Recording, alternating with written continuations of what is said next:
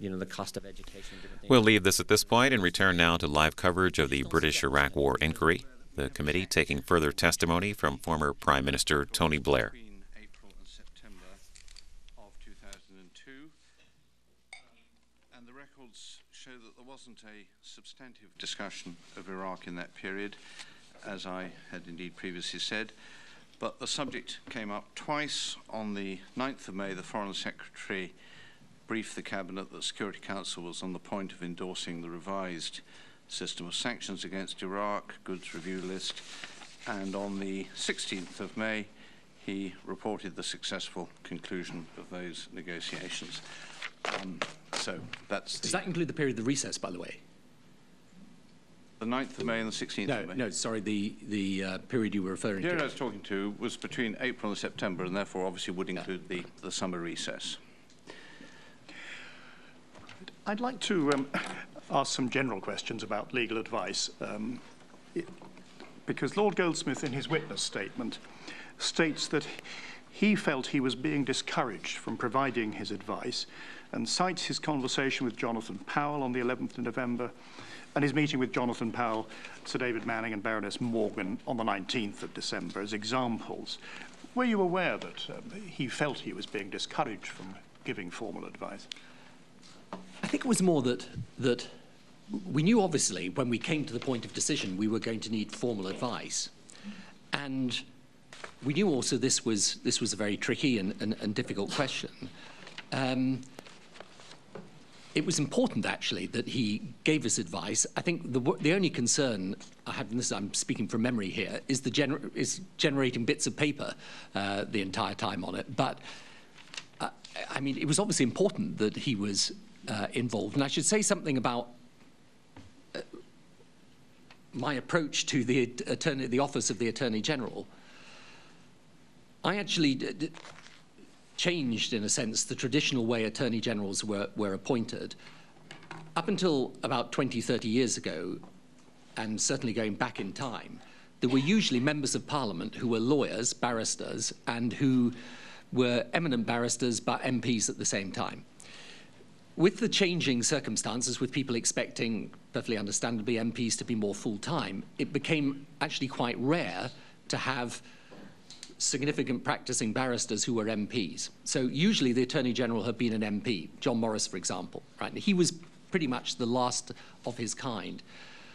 I decided really it was best to go and take a person who was what I would call a proper lawyer, and then put them in the House of Lords and make them Attorney General. I did that first with Charles Faulkner, then with Peter Goldsmith. They were amongst probably the top 10 lawyers of their generation. So someone like Peter was a lawyer through and through, and a very, very good one. So if he was giving advice, it had to be taken seriously. Thank you. So he was not wrong in supposing that he was not being encouraged to put advice in writing from time to time. Yeah, and that was because my understanding was, and this is how we've done it up to now, is that once you get to the position of asking for advice, you get a formal advice. Now, I hadn't previously had a situation, I mean, I don't see why you shouldn't, by the way, on reflection, but I hadn't previously been in a situation where I was getting advice of a provisional nature in writing. Yeah. You said in your own statement that Lord Goldsmith's advice on 1441 was always going to be influenced by knowledge of the negotiating history of 1441, which was adopted in New York on the 8th of November 2002. And I wonder then, why did it take until the end of January, early February 2003 before it was arranged for him to meet Sir Jeremy Greenstock and the American lawyers, when he'd been raising these concerns ever since October? Yeah, and in retrospect, frankly, it would have been better if we'd put him alongside them straight away. I think that was probably because we were then saying, OK, it may be that we can get a second resolution. Right. It's not that we believe it's legally necessary. I didn't believe it was legally necessary. Peter was advising it was. That gave us an added incentive, if you like, to go and try and get it. And I think really politically at that time, that was the preoccupation. How did you get that second resolution? Because we'd been, it was certainly politically a lot easier to do it. And as Peter himself was saying, if you could get it in the right terms, that would take account of any legal legal issues. But I mean, I'm very happy to say, in retrospect, as I say, I would have had him alongside the negotiating team, and it would have been better if he'd been seeing the American lawyers back in November 2002. And indeed, I mean, I was thinking of this as I was going back over the papers again. I mean, I can only say the political pressure was just enormous at that time in December, January, February 2002/2003, and I think it would have been very hard not to have pushed for the second resolution. But I wonder, in retrospect, whether it wouldn't have been better simply to have, you know, if we'd done it differently and had him there alongside the, as I say, the lawyers at the beginning, you would have just camped on that resolution. When you received Lord Goldsmith's draft advice of the 14th of January 2003, Jonathan Powell suggested, I'm quoting, we should get Jeremy Greenstock over to suggest alternatives to him being Lord Goldsmith. And you said, and I quote, we need to explore whether we can revive self-defense or whether the United Nations Security Council could have a discussion that makes plain there is a breach without a second resolution, off quote. Now, those comments suggest that you were focusing not only or mostly on the importance of the negotiating history, but rather that you were keen to find an alternative that might convince Lord Goldsmith there was a legal base for military action. Was that how it was? No, I think it was really both, actually, because I think I'm right in saying that Peter himself mentioned, I think this is in square brackets, that it'd been suggested he talked to Jeremy Greenstock, and indeed that he should. So in a sense, he'd already raised that issue. I think I was simply casting about. I mean, this was, I was saying, look, have a look at this, have a look at that. But the key thing was indeed that he was to speak to Jeremy, and I can't remember when the issue of him speaking to the Americans came up. But all the time, what I was, this was also part of the negotiating history for the second resolution. All the time, and this is why in the end, because there had been original concept actually about the second resolution. I mean, I've now gone back through these papers, frankly, and seen papers I wouldn't have seen at the time. There was a concept at some point of having a kind of two-step thing where you had a resolution where the UN Security Council would express a readiness to authorize all necessary means, followed by another resolution if there was a breach. And that was really on the understanding that we would have with the other members of the Security Council, that if Blick said they're not cooperating, then you would have, as it were, almost automatically necessary resolution authorizing necessary means would flow. Then at a later time, we thought, no, we can't get into that, because supposing the Russians and the French just say, well, we're not authorizing action in it, then it's better to encompass it all in that one resolution. So I was still, in my mind, thinking, what happens, though, if one of the permanent members accepts, if the Security Council accepts there's a breach, and so Resolution 1441 should apply, or in reviving 678, but they then just say, well, we're not going to do it. Yeah. I think we'd like to pursue that thread a little later on. Yeah, okay. But just on the point about Lord Goldsmith's the evolution of his advice. Throughout the time when he was advising there was no legal base for military action in 1441 alone, the policy, your policy, of joining with the US in military action didn't change. Did that mean you assumed that he would eventually be brought to change his mind? No, but, you know, I was in the situation where he'd given this provisional advice.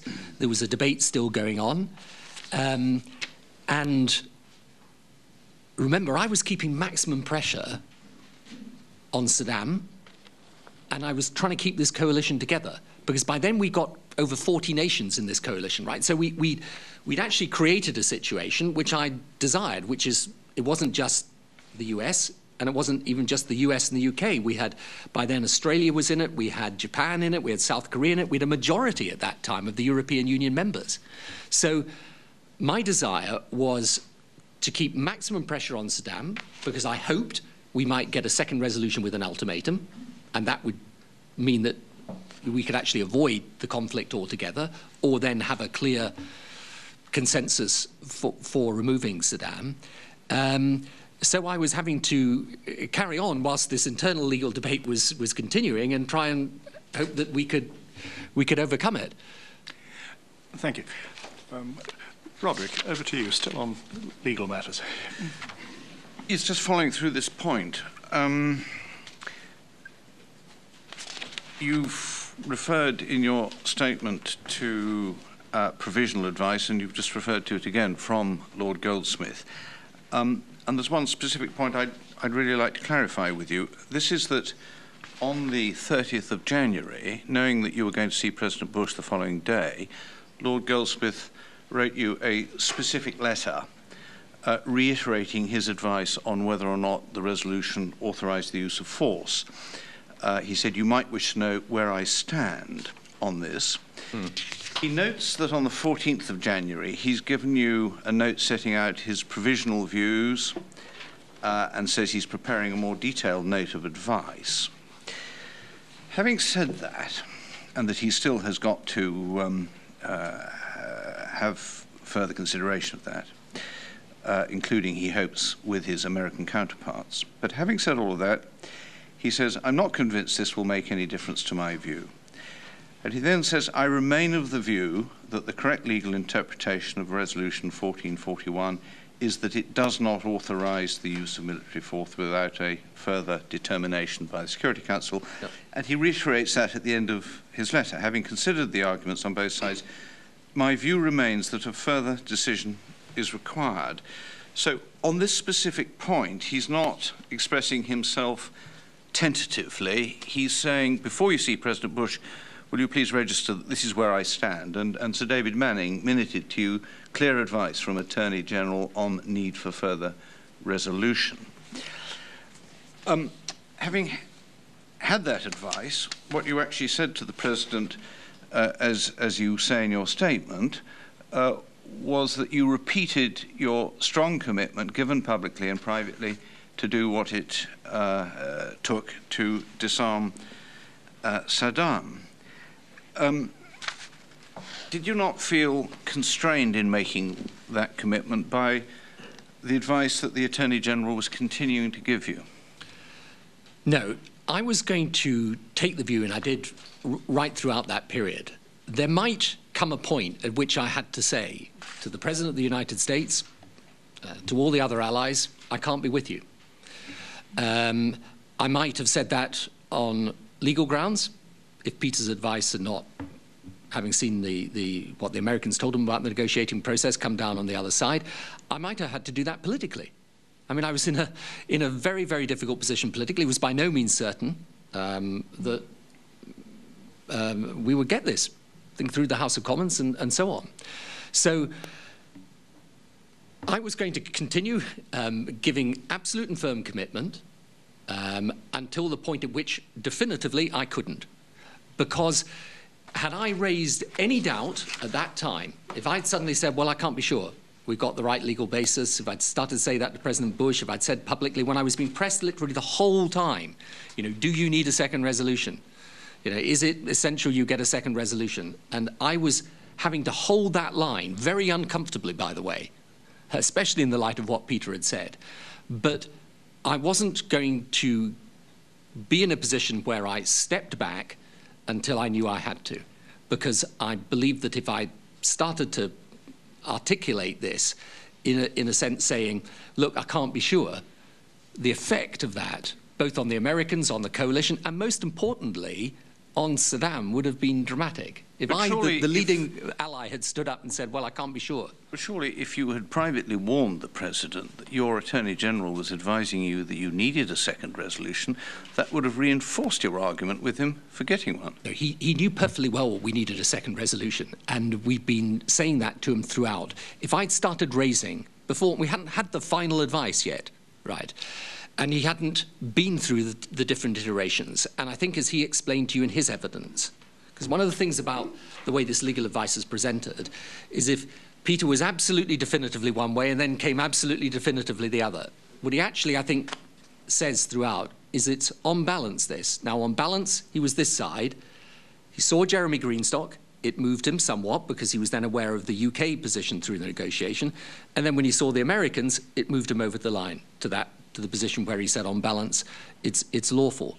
Now, I was not going to be in a position where I was going to start putting that problem before the President of the United States until I was in a position where I knew definitively I had to.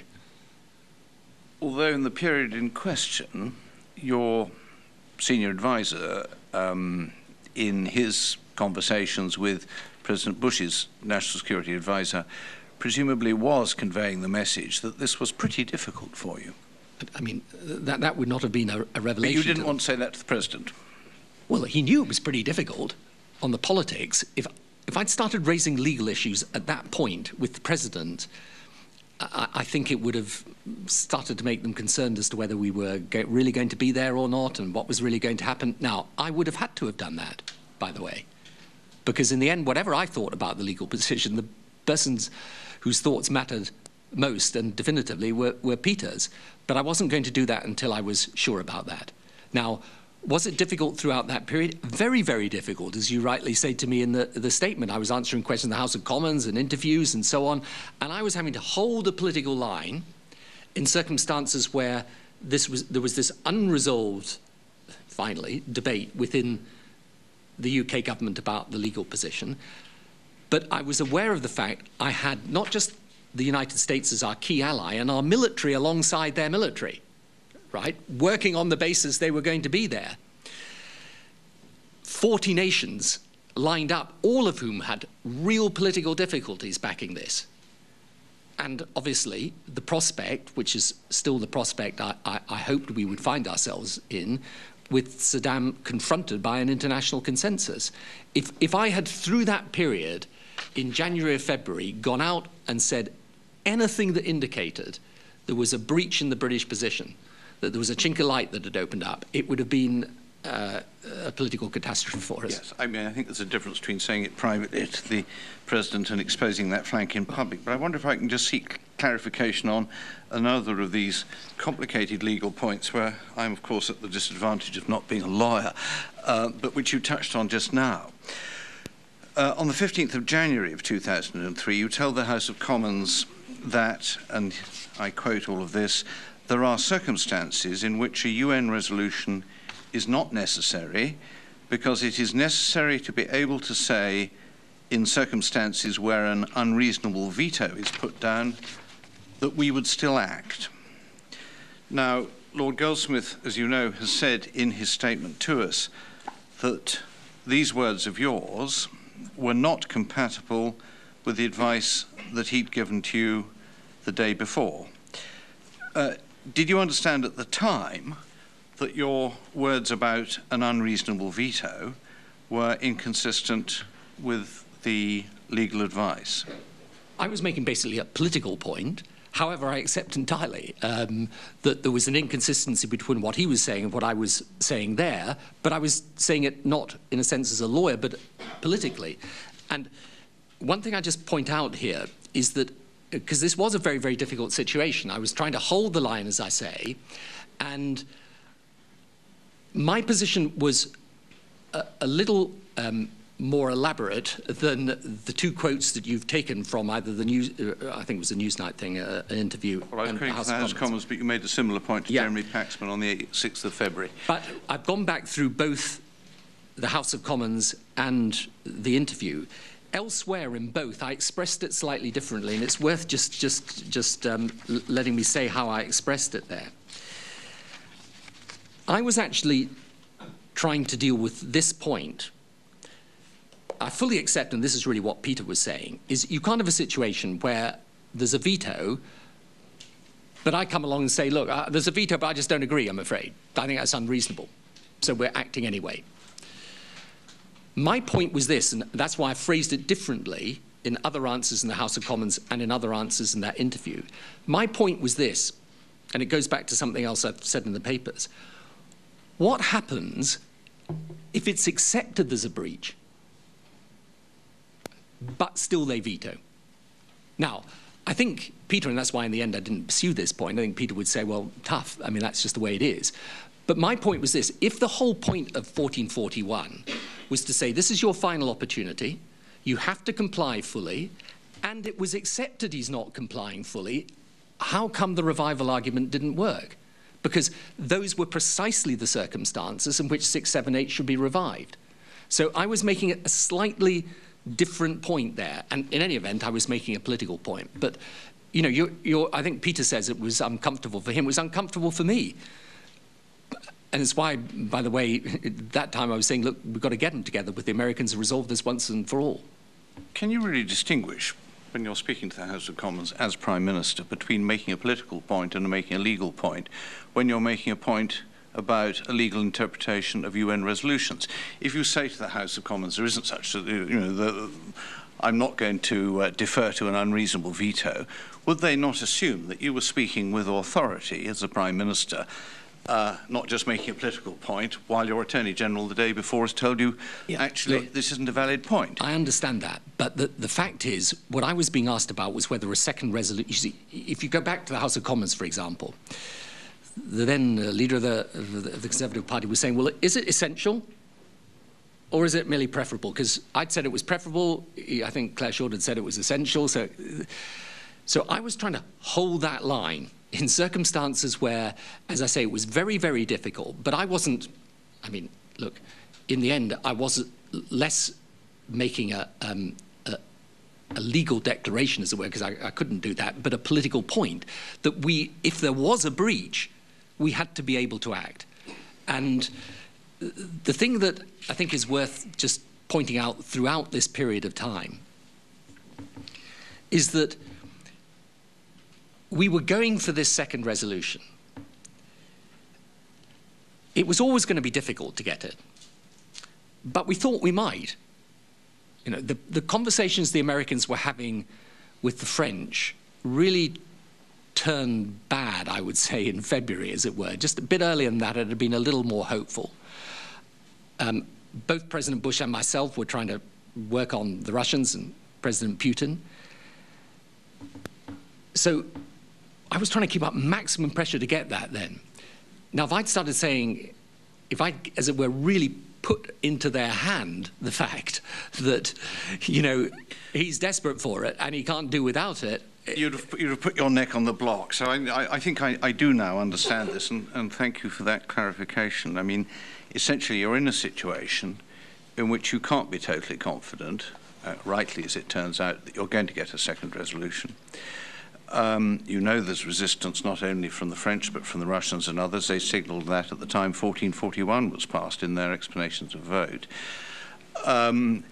Therefore, you don't want to put your head in the noose by committing yourself to the proposition, I have to have it for legal reasons. In order to preserve that point politically and not cross that line politically, you end up having to cross the line of legal advice drawn by the Attorney General. Well, look, in the end, it's not the basis upon which we took the action. No, so I'm talking about the basis on which you spoke to the House of Commons on the 15th of January. As I say, when you actually, I tried to choose my words carefully all the way through. In the two quotes you got, I chose them less carefully, but actually earlier, I had made it very clear I was talking in circumstances where, and I think I actually say in the Newsnight interview, where a member accepts there is a breach but nonetheless vetoes. I will send you those quotes anyway. Yeah, we've got those quotes. Thank you. Okay, I think that point's clearly established. Thank you. I'll turn now to Sir Lawrence Freedman. We'd like to talk about inspections. Lawrence. Thank you. You told us before the break that the public demand from November 2001 was to get the inspectors back in. When making this demand from that point, did you ask for and receive advice about what would happen if the inspectors did get back in? Did you ever have grounds for supposing that the return of the inspectors would be able to find proof one way or the other on WMD? And I'm talking now before the inspectors actually did go back in. Look, I think the view of our system was, and certainly the intelligence services, was that the likelihood is that Saddam would play around. But I always thought it was possible that he would realise that this was the moment of choice. And as I say in my statement to you, I think one very interesting thing is to compare Gaddafi in Libya with Saddam in Iraq. Gaddafi in Libya came to a view, and they opened themselves, and this was after the Iraq invasion. Libya basically made full disclosure. It cooperated properly. Its experts talked to the inspectors. They disarmed. If you look at South Africa, again, it was through the people responsible for the program talking to the inspectors, they disarmed. Now, Saddam, look, you'd have to say I was pretty doubtful, and so was our system, that he would cooperate, but it was possible he would. You received advice from officials in July that the inspectors would need at least 6 months. Is that the amount of time you had in mind going into 1441 that UMAVIC would need to do its job? For me, it was never a matter of time, but a matter of attitude. I mean, if you could have given him longer than 6 months if he was cooperating, but if he wasn't cooperating, it wouldn't really matter whether you... I mean, we can come to this later, because I think this is a very, very important point, because I do not accept that had Blix carried on doing his inspections, we would have found out the truth. Well, we're coming to that very soon. But I just want to get the groundwork sorted out beforehand. Under Resolution 1284, which set up UMAVIC, there had been a clear timetable that they would operate to, which potentially included at the end the suspension, at least, of sanctions. And you understood that that was the potential timetable involved here. Of course, and I had absolutely no problem. Once, in giving time, once it was clear he had, as it were, opened up and decided this is it, I know now the choice I face and I'm going to choose to cooperate, then I think it would have been a completely different situation. From what you say in your statement and also your book, you appear to have concluded quite early on, in December 2002, following the Iraqi declaration of 7th of December, that there was no prospect of Saddam complying with the requirements of 1441. Is that basically correct? Yes, it's basically correct because and I think you've got the intelligence reports. The intelligence reports were that he didn't intend to cooperate, that the declaration wasn't correct, but there was also a very significant piece of intelligence at that time, which was, and this, by the way, remains valid as far as I know, that Saddam had said that anybody who cooperated with overseas interviews would be treated as a spy. So, in other words, executed. So, look, I mean, the information as such that was coming to me was not looking very optimistic. But the inspectors only went in on November the 27th on a... Sure, so they hadn't really had a chance to find out for themselves. No, and that's why it was very important, obviously, to wait until Blix had started to come back and report. So basically, you've got the inspectors back in, which had been the demand, but you're already anxious about whether having this demand acceded to is going to really change the game. It's the issue now is not having the inspectors back in, but how well they do. Now, we've talked about timetable. You said you didn't care how long it took, but you also told us in your statement, or acknowledged that President Bush was expecting to launch a military attack on the 10th of March. That changed by about a week. Did that ever leave you enough time to see whether UMAVIC could do its job? Well, the timeline was pressing, it's true. And that was, again, a very complicated situation because, look, the Americans took the view that it was absurd to think that Saddam was going to change his mind because he wasn't. And therefore, and also, by the way, they and our own military were, by then, fully ramping up. And indeed, as the prospects of military action got closer, so Saddam began to cooperate a little bit more.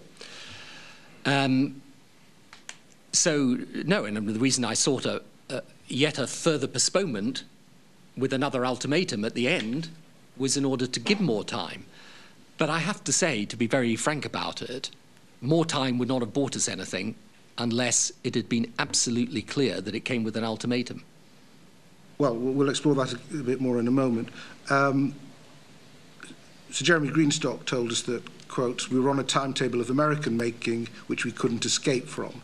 So is it fair to say that we were caught between the American desire for early action with an international desire for the inspectors just to get on with the job? Well, it was yes, of course, it was a pressure that we were under. And my way out of this, ultimately, because this is what I decided to do, the whole reason that I came out with this idea at the end, which was to say, okay, we will get Blix to set out 5 benchmarks of what Saddam has to do, because some people are saying give him more time. The Americans are saying, let's go for it. So I tried to find a way through at that point, which said, look, here are the benchmarks. We'll take them from Blix himself, but it's got to have an ultimatum in it. You think it would have been helpful if the benchmarks had been set right from the start? Because one of the problems with this process was, until that point, there wasn't a clear sense of what would constitute a resolution. Except that, I mean, you might have done that, except that in 1441, I think it actually specifies the things he's supposed to do. Now, what you then get during the course of the initial inspections is some practical sense of where there's a problem. And really, this all came to interviews for me in the end. That was the critical thing. Because, I had, I don't know exactly when I did this, but I had studied, and we hadn't got to Libya by that stage, but I had studied some of the disarmament frameworks that had been successful up to then. And it all depended on your technical experts sitting down with the inspectors and saying, look, this is what happened, here's the genesis of our program, this is what we've been doing. And when you come at a later time, as I say, it's actually very instructive to look at how the Libyans disarmed. It wasn't the political leaders, they gave the instruction. The actual work was done by the technical experts. Now, the problem all the way through, and we can go through this about Blix, and Hans Blix was, look, we've had a profound disagreement about Iraq, but he's a very decent and honourable man, and I'm sorry we've ended up having this disagreement. But in the end, I think it is clear from his statements at the time that that cooperation, specifically on interviews, wasn't forthcoming. I'm not sure that's the case. Can I quote to you directly from his March the 7th report, which was the last one he made? He explains in his March the 7th report that there had been improvement on this issue. The Iraqi side seems to have encouraged interviewees not to request the presence of Iraqi officials, the so-called minders, or the taping of the interviews. And he goes on to talk about the possibility of taking them outside of Iraq. Nevertheless, despite remaining shortcomings, interviews are useful. Since we started requesting interviews, 38 individuals were asked for private interviews, of which 10 accepted our terms, 7 of these during the last week. So it's not the case that there was a complete blank on interviews. They were happening, and they were happening, and he told us in evidence to us, under the conditions that UNMOVIC wished for. Well, by the 7th of March, it is absolutely correct. He was being more the Iraqis had been more forthcoming than they had been earlier. Not surprising, since we approximately 300,000 troops down there. But if you actually track the development of this, and by the way, the very point you're making, Sir Lawrence, is the reason I tried to come to the benchmarks, and so I'll come to that in a moment. But if we actually go through it, interviews without minders is turned down on the 17th of January. On the 6th of February, Blix comes to see me and again says he's worried about the interviews. And by the way, one of the things he's saying to me throughout is, I'm very worried about this idea that you ask for interviews abroad because their families may be killed. Well, as I used to say to him, but Hans, if he's going to kill their families doesn't exactly constitute full cooperation with the... But I mean... And then, sorry, if I just say, at the 6th of February meeting, it's just worth quoting what El Baradei, who was also there, admittedly not in charge of that part of the inspections, but is the head of the Atomic Energy Agency. Baradei made the following points, it says: the next Baghdad visit would be crucial. The Security Council was clear. Not all members agreed with the US timing, but all recognized it. Iraq was not cooperating unless there were clear signs of an Iraqi change of heart on cooperation, both process, including interviews, and substance. UN Resolution 1441 would have to be implemented. Not allowing interviews was a lack of full cooperation. Now, by then, we were several weeks... But the message was now also getting through. And the suggestion that nothing was changing clearly isn't correct. Things are changing. You mentioned the desire to get people to come out of the country, which, as you say, Blix was very worried about and had been worried about right from the start of the Resolution 1441 being passed. In that same statement I cited earlier, the March the 7th one, interviews outside the country might provide such assurance. It is our intention to request such interviews shortly. And then he told us in evidence, I never thought you would get very much out of it. It would only have been trouble, but we would have been driven to it in the end. I think the push was so hard, so we would have persuaded the Iraqis and said, this is what we need to do. If you pick up someone, you should order them to come along with us. The point is that you were getting progressively more cooperation at this time. And we made 2 points in relation to this. The first is we were going to get more cooperation progressively because he knew he was about to be invaded if he didn't cooperate. And if you track this through, I think even Hans Blix admits this, the pressure on him was the threat of military action. That wasn't going to be what would remove this issue. What we needed was not a tactical belief by him that he should string out some more cooperation as the advent of military action came closer. We needed a genuine change of heart on his part that meant that the past was going to be changed and he would adopt a different perspective. And the importance of the Iraq Survey Group report, which is the authoritative report as to what they found after they actually could conduct interviews, is that he never changed his heart on this issue at all. And the second point that I would make, however, is this. You're right in this way. One of the puzzles to me all the way through was, how do I get out of a situation where the French are saying, look, he's cooperating. Okay, it's not what 1441 says, but he is doing some cooperation. So give it more time. With the Americans saying, look, we made a deal with everyone. One final chance, full, unconditional, immediate cooperation, or else. So he's not fully cooperating, so why are we still debating this? So for the very reason that you give, sorry, what I was trying to do at the end then is say, okay, how do we find a way through those two polar positions? It is to say, you, the Americans, must agree to a situation where there is a specific agreed set of benchmarks that he knows what he has to do, of which interviews is actually the critical one. And you, the French, have got to agree that if he breaches that ultimatum, then action follows. And the trouble was I couldn't get the two bits together, I'm afraid. And we'll talk about that difficulty in a moment. Can I just go through quickly three of the points you've just made there?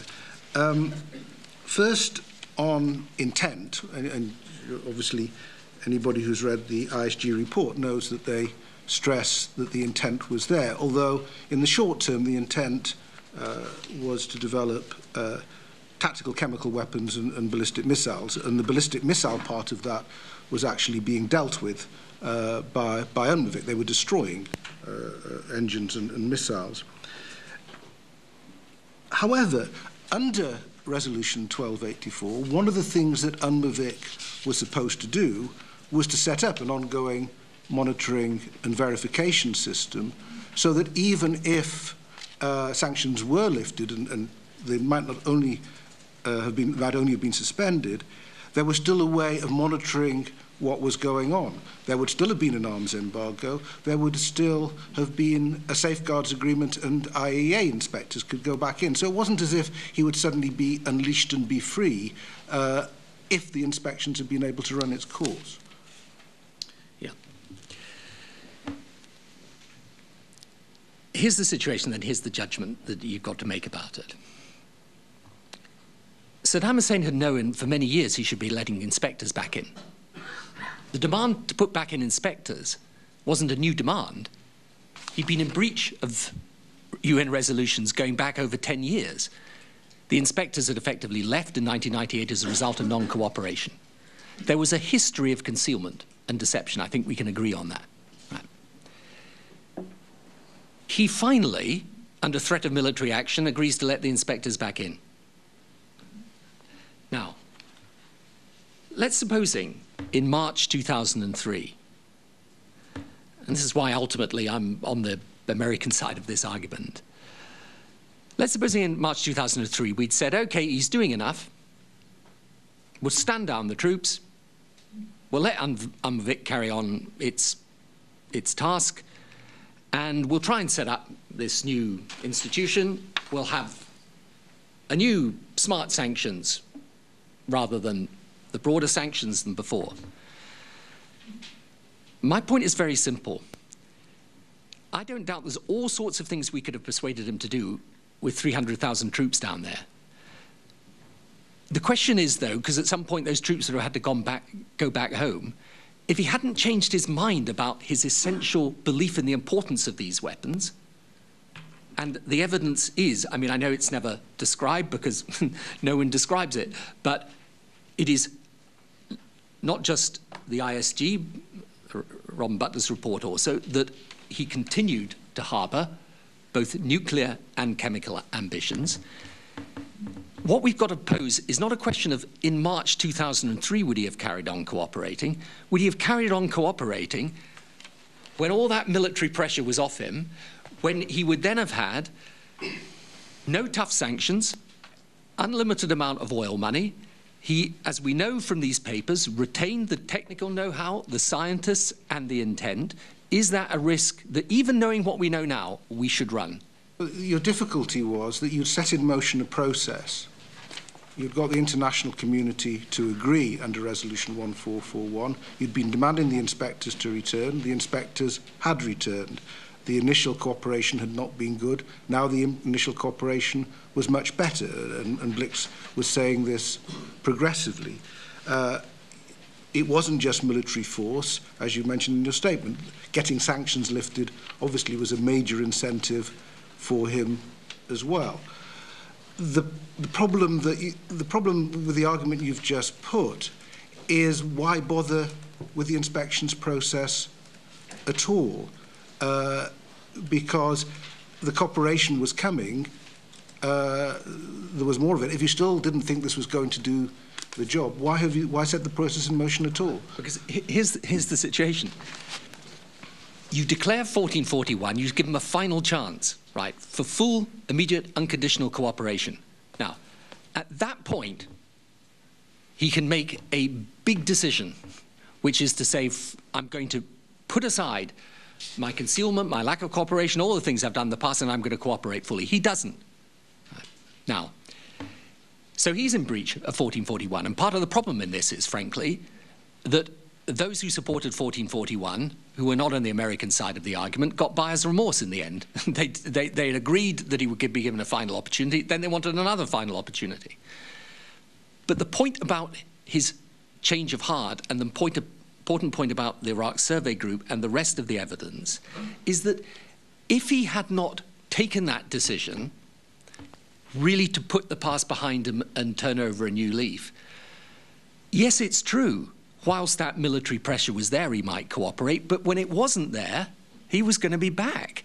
And he was going to be back with far more money. With the international community having built up this great consensus, it would then have disintegrated. And that's why I think when you look at this today and you ask, okay, supposing we had all backed off in March 2003 and left Saddam there, what do we actually think will be happening today? And personally, I think it is at least as arguable. I'm not going to claim it's certain because no one knows. I think it's at least as arguable that he would have been developing in competition with Iran. But if it may have been, but we come back to the problem. No, but Lawrence, this is really important. May have been is my justification for this, because I wasn't prepared to run that risk. You had set in motion a process which was rather abruptly discontinued. Can I just ask you about this cluster proposal you're putting forward and why it had difficulty? According to Jonathan Powell, you did try to extend the timetable and that you'd asked the Americans for 9 more weeks. But President Bush said that he wouldn't agree to this. He might have agreed to a little time, but not to 9 more weeks. Do you recall that?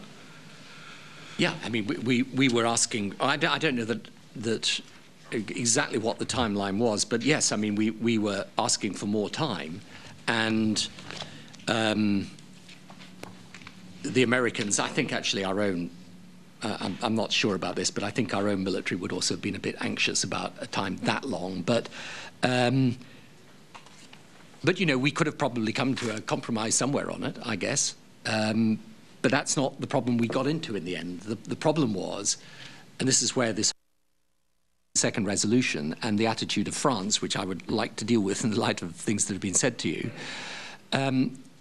the problem was that there was no consent for an ultimatum. And whether it was 9 weeks or 1 week, without an ultimatum, it would be pointless. We'll come on to that in a second. Can I just check on the position, the military position? We understand that you were briefed by the chiefs on the 15th of January. Were you advised that it would be possible to maintain combat readiness for a number of months beyond March? Well, I can't recall exactly what I was advised, but I'm very happy if that was the case. I mean, I'm sure we could have, at a pinch, we could have done it, yeah. And by the way, that wouldn't have stopped, you know, if we'd managed to get the ultimatum and the debate had simply been about time, I think that would have been a very interesting discussion with the Americans that would have been quite difficult, I think. Well, I mean, just on that, in terms of our relationship with the Americans at the time, on the 6th of March, Jeff Hoon's private secretary wrote to David Manning that for a variety of reasons, and I quote, "One UK division is now likely to represent a higher and more significant proportion of the overall combat power available in the early stages of the ground campaign. For example, on current assumptions, it's likely to contain nearly 30% of the available tanks." So this doesn't make us sound like an optional extra. No, by then we were absolutely essential to it, which is exactly what gave us the leverage in the situation. So you did think you had leverage in asking for more time? I can assure you, when I went to President Bush and said to him, look, I want to put a new resolution down with benchmarks and an ultimatum, it was a very difficult conversation, because he was saying, look, we've gone through this. This is the evolution. Okay, we first of all agreed to you having an ultimatum and not just doing it. Then we agreed to the UN route for doing the ultimatum. And we agreed that the inspectors should go in and we can try and resolve it peacefully. And now you're telling me 6 months on from that, or 5 months on from that, when actually it's clear he's not cooperating fully, that you want another ultimatum. So it was a difficult conversation, but we did have real leverage in that situation, and I was prepared to use it. The problem was we couldn't get agreement to the ultimatum, because I would not have been in favour of another resolution, and never mind him, which didn't have a clear authorisation for force at the end of it. Baroness Bashar has got a question. Sure. Thank you very much. Mr. Blair, I want to ask a couple of questions about what finally brought the UN process to an end. In your statement, you deal with your attempt to secure the support of Mexico and Chile in order to get at least a majority vote in the United Nations Security Council. You say in your statement that on 9th of March, President Bush said he thought there were 9 votes, which would be enough. Or maybe 8, maybe. But that's what you said in your statement. Right, okay. You said in the House of Commons on the 18th of March that last Monday we were getting very close with it. We very nearly had the majority agreement. But Sir Jeremy Greenstock told us that he never felt that we got close to having 9 positive votes in the bag. How close did you believe you were to a majority of votes? Well, I thought we'd come pretty close to it, actually. I mean, I have somewhere a list of the calls I was making at that time, and I was literally on the go virtually round the clock trying to herd up the members of the Security Council. The Americans, you know, who can be pretty emphatic in these circumstances with their allies, were putting major pressure on. President Bush said to me in that call, if I said 9, then 9 it is. But in any event, that we were, you know, there to get a majority. I think we would have got Chile and Mexico, actually, if the French position had been less emphatic. But it wasn't in the end, and they felt unhappy. So, I mean, Jeremy's right. Look, it was always going to be difficult. On the other hand, I thought it was possible, yeah. Was it the French position, or was it that President Bush was losing patience with the United Nations process? No, it was really more to do with the fact that here was the situation. You see, we've been carrying on discussing with the French and the Germans as well. Although they didn't have a veto, they were an important player because of their relationship with France. And so both President Bush and I were having quite close conversations with the Germans. And, you know, we thought at a certain time that the French, with a little bit of German pressure actually, might abstain rather than veto.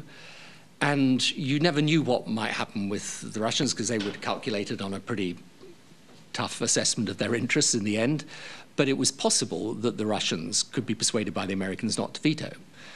So, no, he hadn't lost patience, but what then started to happen, going into February, I think, the French position hardened, and then I think it became very obvious to me that the old traditional divide was back.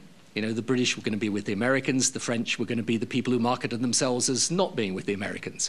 And, you know, after all, this was a big, I mean, we can talk about how this was affecting our relationships around the world, but countries were also looking at how they looked in this situation for their allies.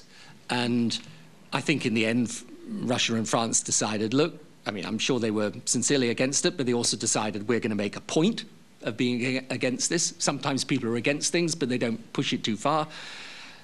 Ourselves and the other traditional American allies were going to be with America. So I don't think it's that President Bush lost patience with it. I think it just became apparent then that we weren't going to get a second resolution passed in the Security Council.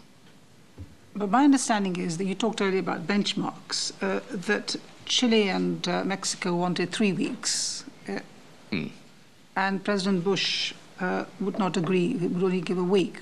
Do you think that was a factor? Yeah, but I think had I gone back to him and said, I've got the ultimatum, I've got agreement to an ultimatum, I think we would have got the extra time. I mean, the problem was, I mean, as he kept saying to me perfectly understandably, look, I hear what you're saying, but can you guarantee you can get the French on board for this? And of course I couldn't. So you're saying you didn't go back to him because you thought the French position was hardening? Yeah, well, I thought by then, I think, the French position had hardened to the point where they were clearly going to veto a resolution with an ultimatum. Sir Lawrence, back to you. Can I just stay on this for a moment, because it's quite an important moment. You said in your statement that the French statements of opposition and Chilean internal politics made President Lagos say that he could not support what was going to be not only a resolution doomed to a veto, but one strongly attacked by certain P5 members. Presumably the French statements of opposition is President Chirac's press conference? Well, and more generally, I think, I mean, it was being made... The position for the non-P5 members on the Security Council, particularly countries like Chile and Mexico, is right. When a situation like this happens, they're called at one level America, they're major allies of America in one sense. On the other hand, they've got public opinion, but most important, they've got permanent members of the Security Council taking a hard line against this. Right. And in those circumstances, those I mean, my experience, the non-permanent members of the Security Council say, well, look, I don't want to get into this, really. So I think, whereas I think President Lagos was at one level quite sympathetic and he's a very smart, intelligent, capable leader, and he was looking for a way to be constructive, when France came out with such a heavy position, then I think he decided, look, this is going to be too difficult. Also, because once France said we're going to veto anything with an ultimatum in it, it was going to be pointless anyway. I think let's leave what the French actually said for a second. Can you just clarify the importance of a point that Baroness Prichard raised about the impact of the reluctance of the Americans to extend the deadline, because you rather dismissed the importance of that. But can I just quote you from President Bush's memoir, Decision Points, on page 247, where he describes his conversation with President Lagos. He talked about giving Saddam an additional 2 or 3 weeks. I told him a few more weeks would make no difference. Saddam has already had years to comply. It's sad to have come down to this, I said. I said one last time how he planned to vote. He said no. Now, on that, it's reasonably clear that what decided President Lagos was that the amount of time he thought it reasonable to put for an ultimatum was not there. No, but I don't think that was the, I mean, it's difficult at this time to judge, but that wasn't his basic concern.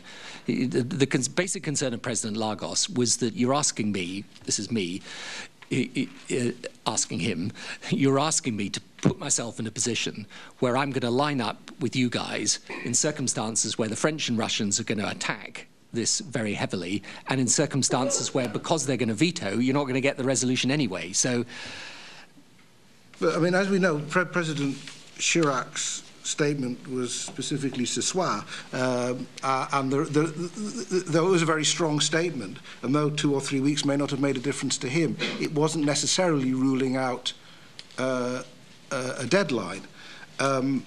So there are two factors at work here. There's certainly a strong French view, but there's a strong American view, and you described it to us earlier in our conversation, that you were caught, in a sense, between these two views. Yes, that's true, but I have to emphasize this, particularly in the light of all the things that have been said about whether we're misrepresenting the French view or not. We never misrepresented the French view. The French view was absolutely clear. Right? It wasn't that they were against any second resolution. They would perfectly happily have agreed a second resolution, provided it meant a third resolution. And they would have agreed a third resolution, provided it meant a fourth one. What they weren't prepared to do in any set of circumstances, never mind ce soir, was that they weren't prepared to agree to a resolution with an ultimatum. And so we were caught in a situation where, quite rightly, the Americans were saying to us, so what they're prepared to agree is basically a rerun of 1441, except possibly weaker. Well, that's useless. So in the end, and I'm very happy because I've got the French president's interview here to go through it, he had come to the view that inspections were working, and therefore that should be the route that we dealt with Saddam, and we should not deal with them by force, whatever the circumstances, and that anything with an ultimatum, his point was not time. Jacques Chirac's point was not the time for this resolution to operate. His point was, if it's got an ultimatum in it, I don't want it. The French had earlier talked about the possibility of a time limit, but, and I think we've been through the question of what the French actually said. No, but it's just important in the light of what Stephen said to you, because we have not misrepresented their position. Their position was absolutely clear. Anything with an ultimatum, they were going to veto. Can I just to conclude this, I think Sir Rod wants to come in on this point as well.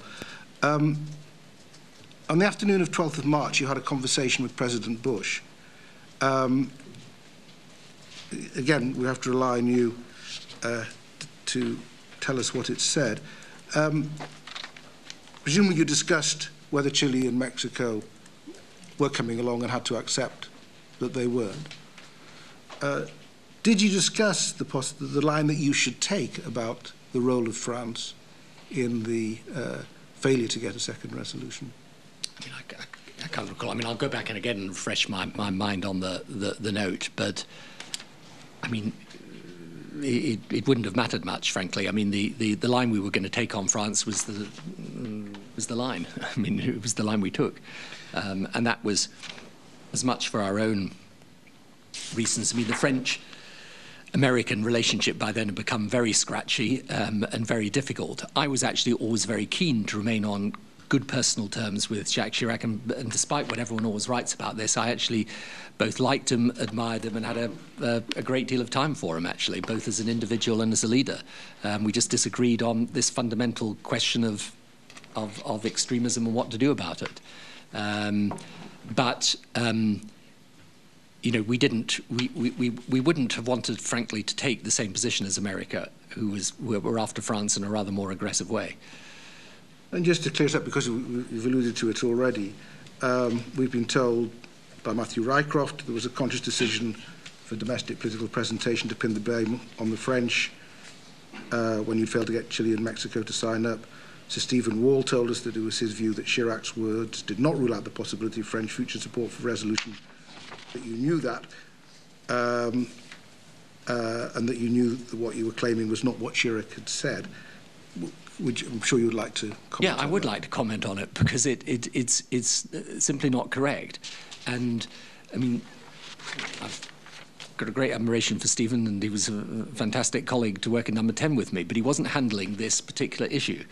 And the fact is that the French were, of course, going to various people and saying, oh, no, the British are quite wrong about this. We're not opposed to a second resolution. And that was absolutely correct, with one rider, which often wasn't added, which is as long as it's not got an ultimatum in it. And so when you go to the French president's actual interview, which I think I have somewhere here.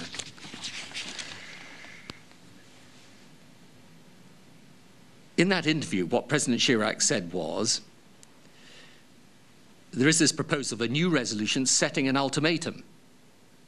It goes on to start with, there was talk of 17 March, then of a possibility of a British amendment to postpone the date of the ultimatum a bit. Right. It's of little consequence. In other words, he said, we move from a course of action involving the pursuit of the inspectors in order to disarm Iraq to a different one consisting of, in so many days, go to war. Question, and you don't want that. France won't accept it, and so will refuse that solution. And then that's then in the context in which he then goes on to say, regardless of the circumstances, France will vote no. I then say, when I'm asked in the House of Commons, so I'm asked what is the French objection, and I say the problem with the diplomacy, this is on the 18th of March, the debate authorizing conflict. The problem with the diplomacy was that when it came to an end, after the position of France was made public and repeated in a private conversation between myself and President Chirac, and it said it would block by veto any resolution that contained an ultimatum. Well, I wasn't alleging they would say no to any resolution. They of course would say they would agree to a resolution that didn't have an ultimatum in it, because that would then mean a further resolution afterwards. And so the position was really very clear on both sides. I don't go textual exegesis, but you could say it was the particular ultimatum of about a week on offer, but I think Sir Rod wanted to... No, because the very point that he's making here, Jacques Chirac, is that the time isn't the issue for him. It's the ultimatum that's the issue. Just one slightly separate but similar point on that same episode. I mean, what is clear is that the Americans had a deadline for military action, as you yourself have said, and therefore they must have wanted very much to wrap up the process of negotiations at the United Nations on a possible second resolution and bring it to an end. What is not clear is why we continued those negotiations for nearly a week after President Chirac had made a statement which the government, in its motion to the House of Commons on the 18th of March, described as making it not possible to secure a second resolution in the United Nations. In your book, you say that you had decided that we should table the 5 tests anyway. We did so in the early hours of Thursday, 13 March. They were immediately rejected by France. Jacques Chirac gave a very strong statement that he would not support military action, whatever the circumstances. But he'd actually made his statement on the 10th of March, which was 4 days before you tabled the 5 tests. Why did you go ahead and continue those negotiations, and indeed they continued beyond the 13th, and effectively, I think, to the following Monday that Jeremy Greenstock finally withdrew the draft resolution? Was it because you didn't really believe that Chirac's statement signalled the end of the process? Or were we continuing negotiations at this point not in particularly good faith?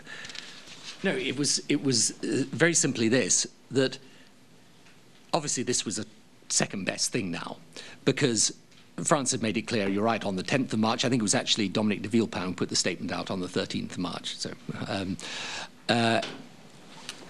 but what we decided was, look, even if you can't get the resolution, because they've said they'll veto, nonetheless you would have some greater, if you like, political authority if you could at least get a majority of members of the Security Council to say they would agree such a resolution, even vetoed. So in other words, it wasn't...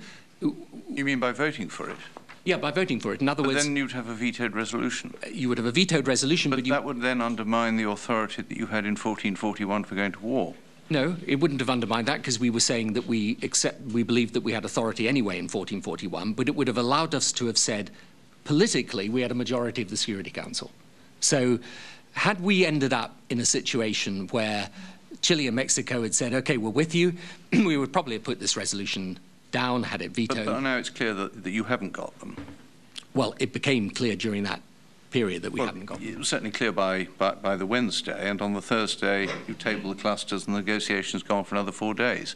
Well, we were still trying to do everything we could to build that majority. I mean, I'm not sure exactly the time when it became clear we weren't going to get anywhere, but... Well, didn't you agree with President Bush when you spoke to him on the afternoon of the 12th that the game was up? Well, it looked like that, yes, because the game was up in the sense that it was clear we weren't going to get a resolution. The issue, look, this was the second best, okay? Our preference was to have got a resolution that passed the Security Council.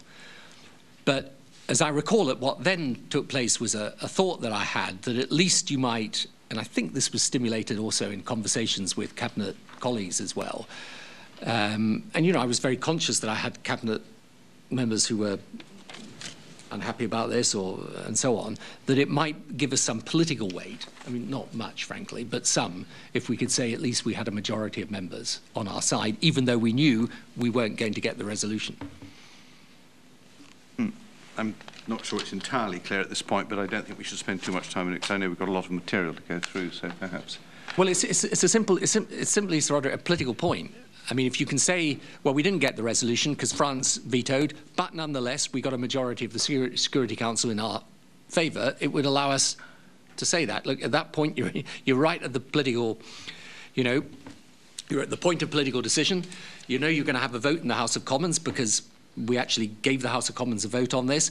It would have helped me. I would have definitely used this in terms of the presentation of the case if I'd been able to stand up and say, well, we didn't get the resolution, but nonetheless we had a majority of the Security Council with us. I can see that it helped the presentation of the case that we appeared to be going on with negotiations up to the last moment, and I note that by Wednesday we had effectively concluded that we weren't going to get the 9 votes, and I think that's probably where we're left, but this is, I think, a point of tactical detail. Right, back to you, Lawrence. Time is beginning to press. Yes, okay. Jack Straw told Parliament on the 25th of November 2002, and I quote, "Material breach means something significant, some behaviour or pattern of behaviour that is serious. Among such breaches could be action by the government of Iraq seriously to obstruct or to impede the inspectors, to intimidate witnesses, or a pattern of behaviour where any single action appears relatively minor, but the actions as a whole add up to something deliberately and more significant, something that shows Iraq's intention not to comply. Would you agree with that as a definition of material breach? Yeah, absolutely. It's not a low bar. I think that's the point that Jack Straw would make. No, and obviously, you know, look, you could have made an argument that said that the declaration in December was a breach. I think some of the American system at the time tried to claim that, actually. And my attitude was, look, and this was the advice given to me, look, this is not a proper declaration and so on and so forth, but you can't just say, OK, we're going to take action now. Now, the previous time you'd taken military action against Iraq, in December 98, Richard Butler, as head of UNSCOM, reported to the Security Council that Saddam was not cooperating with the inspectors. Was it your expectation that Hans Blix would be able to do the same, or would do the same? I mean, we're talking now December, January, obviously later. Well, he was obviously going to be coming back to the Security Council, as indeed he did, regularly to report. But, I mean, it would be a matter for him to decide how often he did that, but given the history of this, we were going to expect very early and significant signs that Saddam had genuinely changed the position of his regime.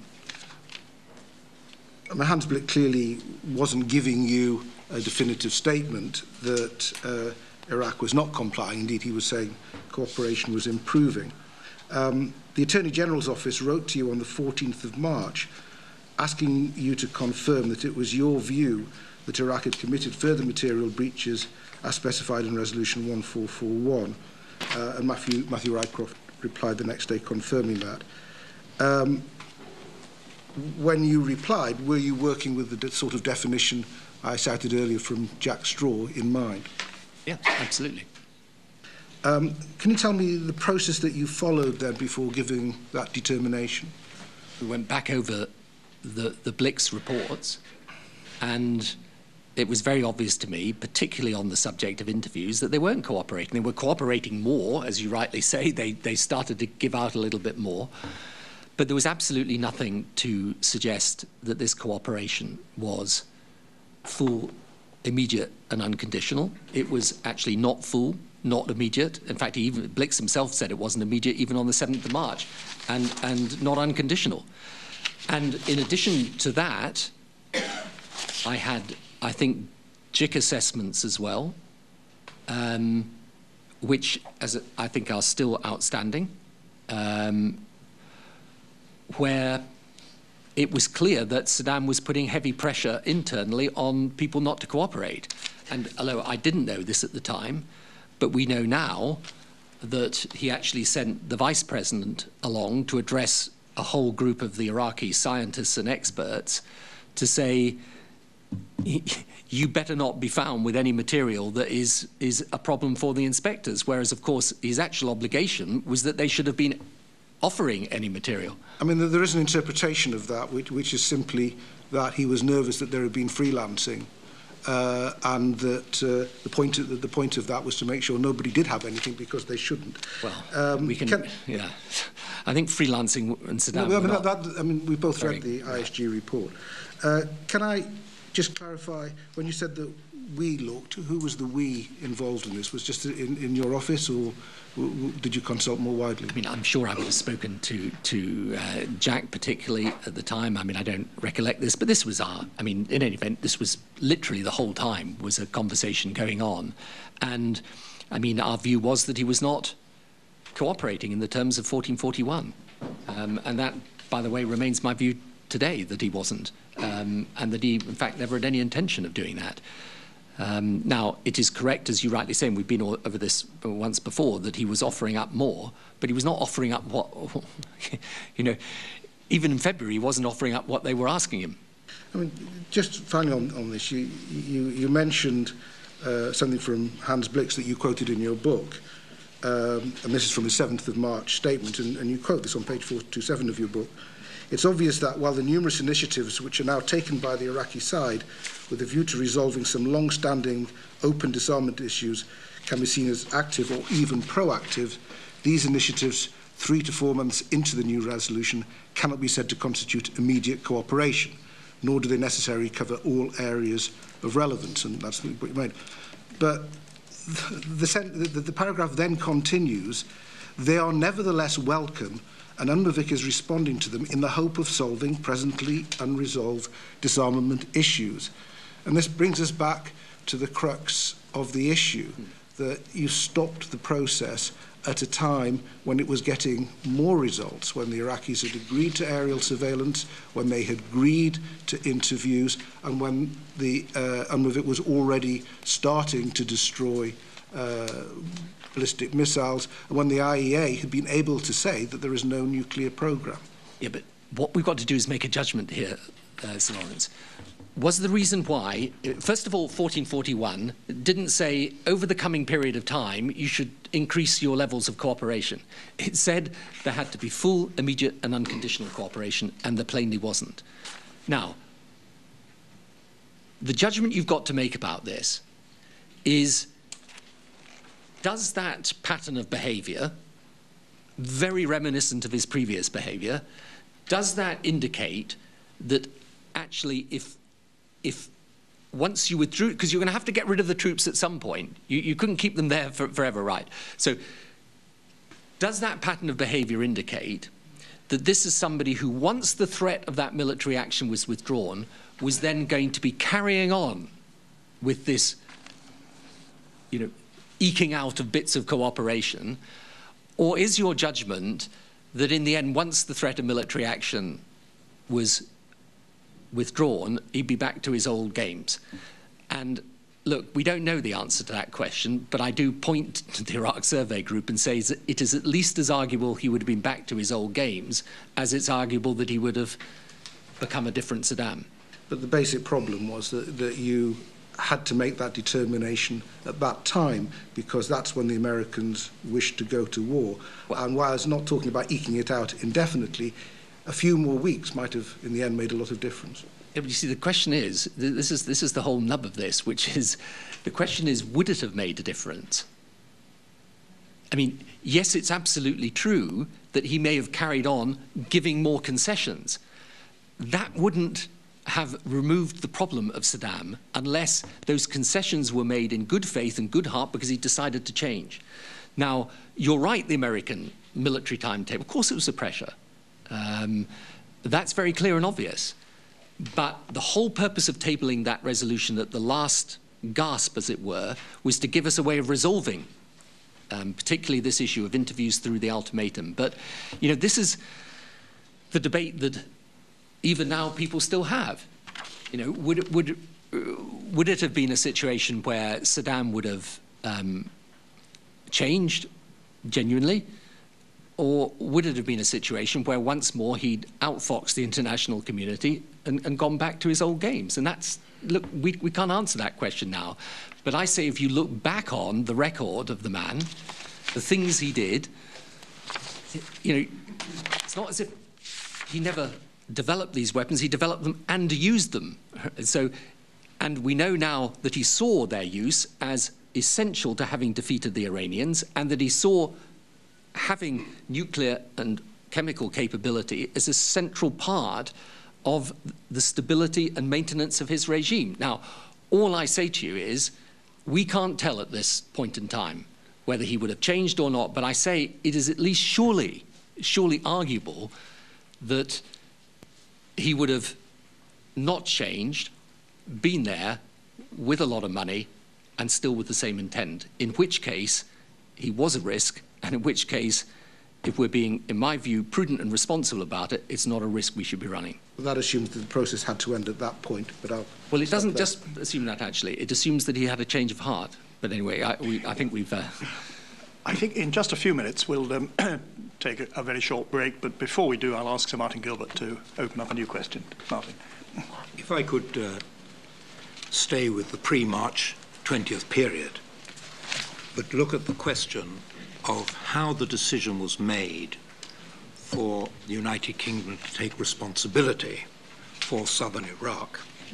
In your previous evidence to us, you said, I think from January onwards it was clear that we were going to have responsibility in the south. But on the 6th of March 2003, you're recorded as saying in a document that we've released today, the issue of sectorisation would need to be addressed. This should be covered in the Phase 4 plan. In your statement to us, you said we took the decision to take on responsibility for the South sector following Jack Straw and Jeff Hoon's note to me of the 19th of March. But that note said that it would be premature to take a view on the merit of sectors at a time when Iraq still wasn't in a stabilised situation under our control. Can you tell us exactly when the decision was made for the United Kingdom to take responsibility for the South, and who was involved in that decision? Right. I mean, because you helpfully indicated that you wanted to ask me about this, I've gone back through the papers again. I mean, look, from the January 2003, it was obvious or rather not obvious, sorry, it was agreed that we would be going in through the South. Militarily. Yeah. So we would be, as it were, with de facto responsibility for that area. And I think Mike Jackson gave evidence to you which said, well, really, in a sense, our responsibility for the aftermath in that sector grew out of the fact that this was our area of operations in the conflict. We then, it's correct, we had a meeting in the 6th of March, which I got a briefing note for, on sectorisation. I didn't resolve that finally then. There was then a Cabinet Office note of the 19th of March to Matthew Rycroft for the ministerial meeting, saying we should decide on sectors, and then a joint Foreign and Defence Secretary minute is coming to you, that's the one of the 19th, and then David Manning thinks this should go on the agenda for tomorrow, but Claire Short wants a chance to comment on her return on the 21st of March, so we'll put it on tomorrow's agenda. So we didn't take a final view then, but their note to me was the expectations is the UK forces would be responsible for a task focused on Basra. I then had that meeting with them. On the 21st of March, Matthew Rycroft then notes out to the Foreign Office and Ministry of Defence. Prime Minister was grateful for the joint minute from the Foreign and Defence Secretaries. He agrees with Foreign and Defence Secretaries' proposals, providing there's a satisfactory resolution, and then I list certain issues. And then, again, the Foreign Office write to Matthew Rycroft, and then what happens is that we establish at some point then the ad hoc committee, capital A, capital H this time, with Jack Straw in charge, and out of that comes the view that we should be responsible for that sector, and this should be part of a joint occupying power responsibility. I have to say, though, it was always pretty obvious that's where we'd end up. And yet there was no specific decision during this time when obviously a lot of Well, I think the specific decision ultimately was taken when we then got Resolution 1483. I mean, most of the discussion here was not really about whether we should be responsible for the South or not. It was about the UN role. And then what happened was that there were these ad hoc committee meetings that Jack was chairing were happening day in, day out. They were going through all of this in immense amount of detail, legal advice and so on. Peter Goldsmith was on it. And then we got 1483, reported it to Cabinet and agreed it. Now, in your statement, you say to us, I was also keen that this be our area of operation, the South, because it seemed to me that the South would be more manageable. But in the Joint Intelligence Committee assessment of the 19th of February, which has been declassified and which is now published, it concludes we have limited intelligence on the particular conditions in the South, and also that post-Saddam security situation in the South will be unpredictable.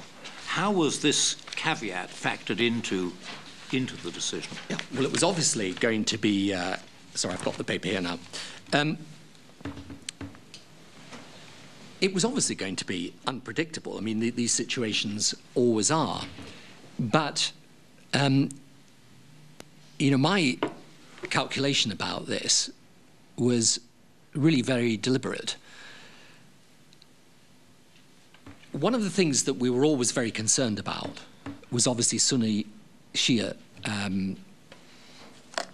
divisions or difficulties, and then also with the Kurds, obviously, potentially a problem there too. So one thing that there was a lot of thought the whole time was we had to make sure that we dealt with this issue. The benefit of the South was that it was Shia, absolutely predominantly. And so I felt we were going to be in an area of operation where it was, frankly, going to be easier for us. And actually, if you look at the overall levels of violence, I think I'm right in saying that overall, I think the figure, it may even be, I think overall, I think only about 1% or 2% of the violence overall in Iraq following the invasion was actually centered in around Basra. So that was the reason why I was, you know, what they were warning of was obviously right and important, but we felt that we had a better chance of managing this. I mean, I would just draw attention also to what they say about Iran too, because basically they conclude, and this is what obviously changed very dramatically, their basic view is that it is unlikely that Iran would be aggressive. Mr. Blair, we're going to deal with Iran after the break. Right, So okay. can I suggest we take a break at this moment? For 10 minutes. Can I ask everyone in the room, if you must leave the hearing room, please be back within 10 minutes. Please start coming back as soon as you can. Thank you very much. This morning, we're showing you live coverage of the British-Iraq War inquiry, looking into the run-up to the Iraq War. Committee members taking testimony from former British Prime Minister Tony Blair regarding his involvement in the war. Well, as you heard, the inquiry taking a break now, about 10 minutes, and we'll resume live coverage when they return shortly.